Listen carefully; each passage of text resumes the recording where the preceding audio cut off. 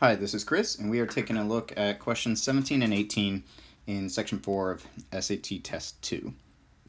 So here we see it says the atomic weight of an unknown element in atomic mass units, AMU, is approximately 20% less than that of calcium. The atomic weight of calcium is 40 AMU. Which of the following best approximates the atomic weight in AMU of the unknown element? So there are two ways to do this question. A lot of people, when they see a percent change, they'll calculate the percentage, and then depending on if it says less or more, they will subtract or add accordingly. And that'll get you the correct answer. So you can take 40 AMU for the atomic weight of calcium, and if we're looking for this unknown and it's 20% less, well, let's figure out what 20% of 40 is.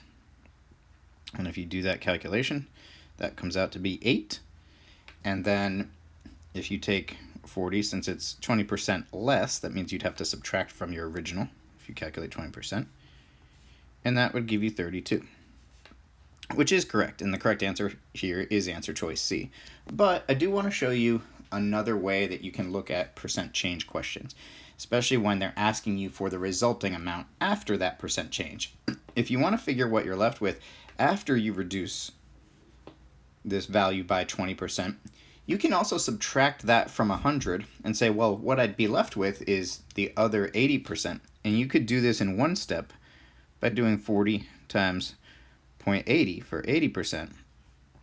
And then that will give you 32 right away. So for percent change questions, definitely stick with whatever you're most comfortable with, but it is really effective to see if you can add new methods to your toolbox to make questions possible to approach in multiple ways. That's going to help you be better prepared for whatever display or formatting that they have in the answer choices. Sometimes they won't always make you solve and get an exact numerical value. Sometimes they'll ask you to set it up, and they may even ask you to set it up this way. So it's helpful to have that other way of seeing percent change. Now let's take a look at question 18.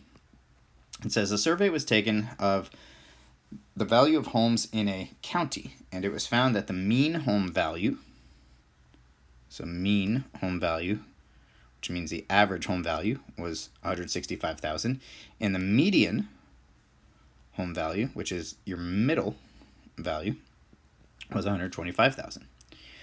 Which of the following situations could explain the difference between the mean and median home values in the county? So for this question, it's really important to understand what kinds of changes in values can impact the mean or impact the median. So here, the homes have values that are close to each other. There are a few homes that are valued much less than the rest. There are a few homes that are valued much more than the rest, or many of the homes have values between 125 and 165.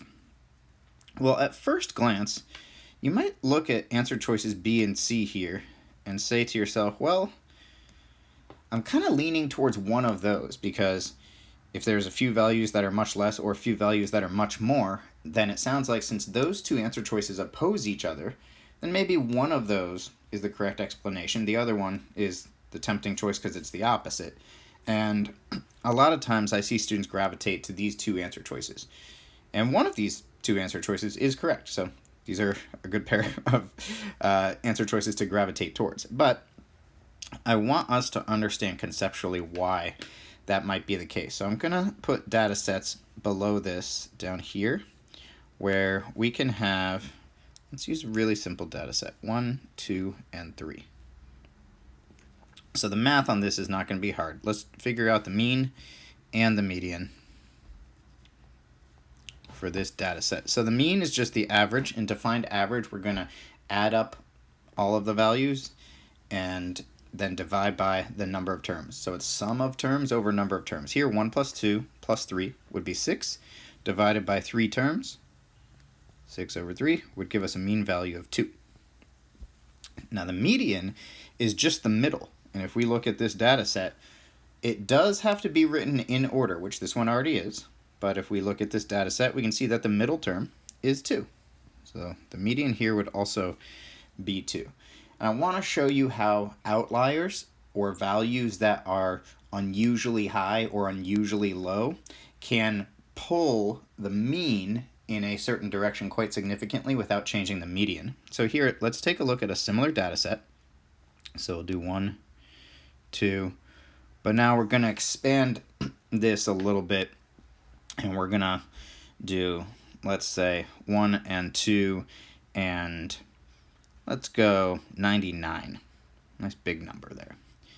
So let's see what happens to these values, our mean and our median. Well, median's just the middle term, and so if we look, we can see that actually that middle term didn't change. The middle term is still 2, so our median is 2. We don't have to do a calculation for that, but for the mean, if you add 1 plus 2 plus 99, that comes out to 102. 102 divided by 3 terms is going to give you a mean of 34. So we can see here that our mean was impacted significantly. Our mean is now much higher than the median. And so here, whenever you have a value like 99 in this case, which we call an outlier, something that's unusually high or unusually low, those outliers can significantly impact or quote-unquote pull the mean in that direction while leaving the median the same. So when we look at answer choices B and C, in this case, if the mean value is 165, which is significantly higher than the median value, then the indication there is that there were unusually large values or a couple of outliers that pulled that value up, that caused that mean to increase significantly, just like in our example down here.